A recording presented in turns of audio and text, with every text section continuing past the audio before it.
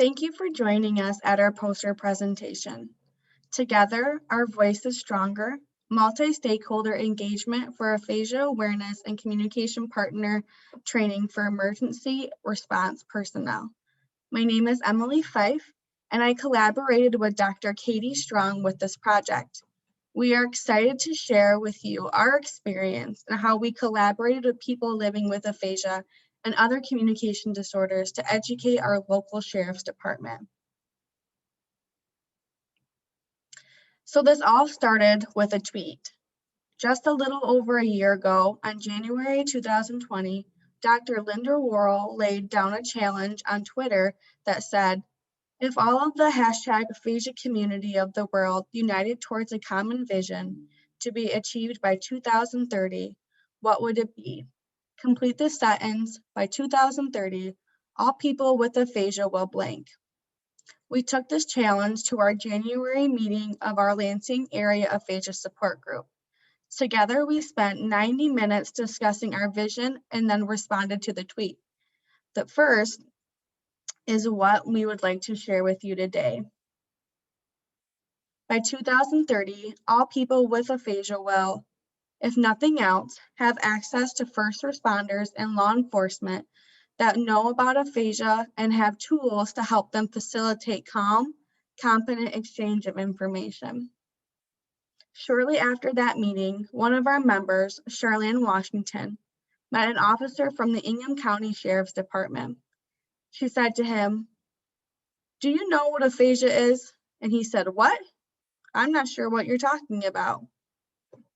And Charlene said, "Well, you need to talk to Dr. Katie Strong." Charlene brought the card to Dr. Katie Strong the next week, and she contacted him then, and it grew from there. So what did we do? Well, first, we thought it would be important to have our members from the Lansing Area Aphasia Support Group be an integral part of our training from the ground up. I was interested in doing independent study. So I took a lead in organizing all of the sessions. Before we recruited members, we reached out to speech-language pathologists who had experience in training first responders or implementing communication partner training in the community. We reached out to Jackie Hinckley, who connected us with Cheryl Paul.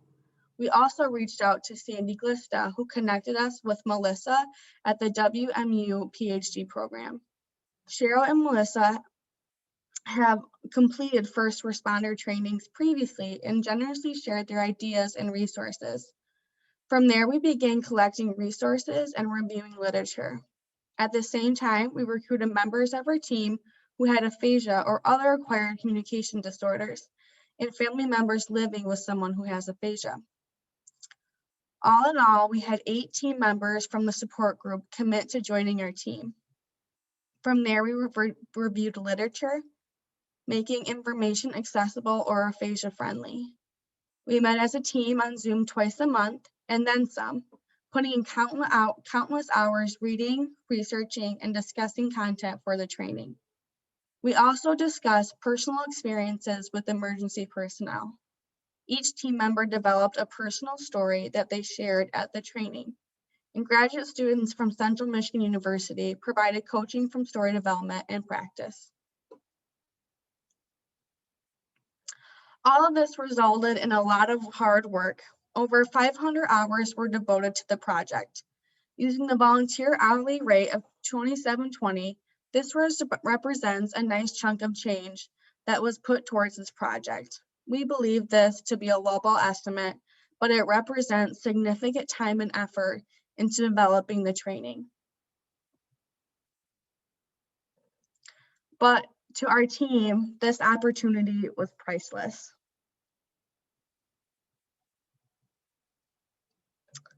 Our team completed 6 two-hour trainings for all 150 employees of the Ingham County Sheriff's Office.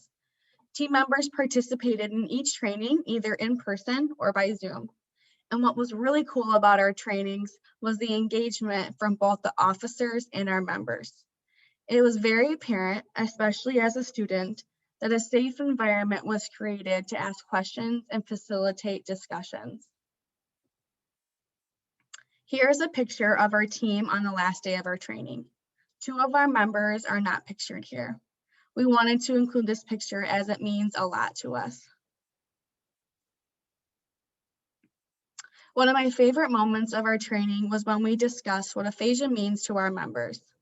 While we provided the clinical definition of aphasia, we also wanted to include our members' personal definitions of aphasia, which you will find here on this slide.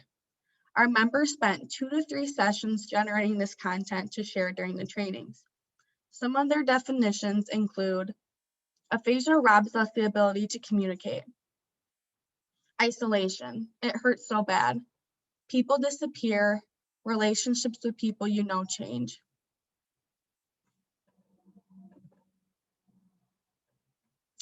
We wanted to take this opportunity today to review some of the training content that was included in our presentation. We first started each training off having the officers complete a pre-test using a QR code. We found this technique very useful as everything was paperless and the officers could access it from their phones. The quiz was composed of questions regarding aphasia, such as the causes of aphasia, the statistics, etc. All of the information from this quiz, the pre-test, was derived from the National Aphasia Association website. Throughout our trainings, members shared their stories of when they had their stroke and how aphasia impacts their life. This was hands down the most intriguing and captivating part of our presentation. Their stories brought our presentation to life and had forever lasting implications on the officers. We also began our trainings by presenting information and statistics of stroke and aphasia for Ingham County. This helped engage the officers from the very beginning. 4 videos from the National Aphasia Association and the Aphasia Institute were also shared during the training. These include the National Aphasia Association What is Aphasia video, the National Aphasia Association Communication Tips video, and then the Aphasia Institute Supported Conversation for Adults with Aphasia module video. These videos were a great addition to our presentation, especially when presenting and discussing communication strategies. A couple of our members also wanted to create and include a video scenario of a possible emergency counter to facilitate a discussion with the officers. In this scenario, we reenacted a possible communication breakdown between someone with aphasia and a police officer. Our members also demonstrated and highlighted paraphasias and alternative options to communication, such as communicating with an iPad or an aphasia ID card. This video created opportunities for rich discussions within our training. And lastly, we ended our trainings by having the police officers complete a post-test via QR code. This test was comprised of 3 to 4 comprehension questions, as well as it left space for them to leave feedback, comments, or questions. The QR codes made accessing the pre and post-test data very easily.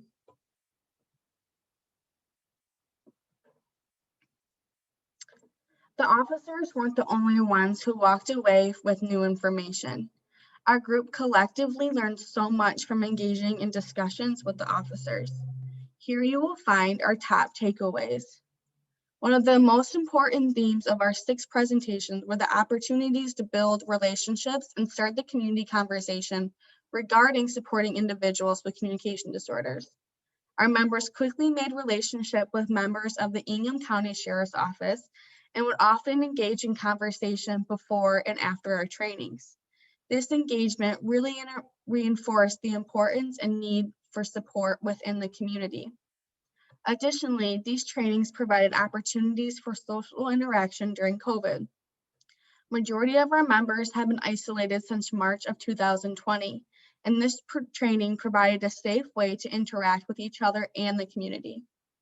Throughout the trainings, officers repeatedly reinforced the importance of having ID cards and/or bumper stickers on cars to indicate a communication disorder in a situation.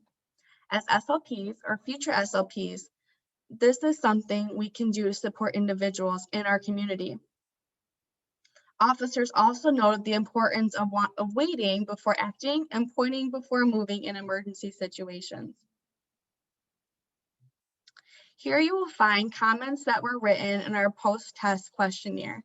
99 of 150 police officers responded to this post-survey, and I think these comments highlight the impact and importance of our training. These include, this was very informative and impactful. The personal stories was touching and relatable. I am informed on something I didn't know about before. Thank you. Their stories were very moving. I got a lot out of these trainings. Thank you for your time investment to make our law enforcement community better. I will be recommending this training to other agencies in the area. Great information. Have never heard of this condition prior today. This created patience from our side to you.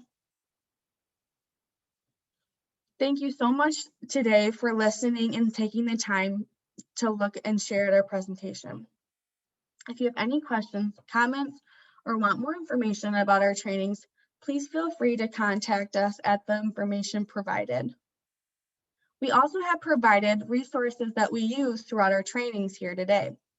If you would like a list or a copy of these resources, feel free to reach out at the information provided previously. Thank you.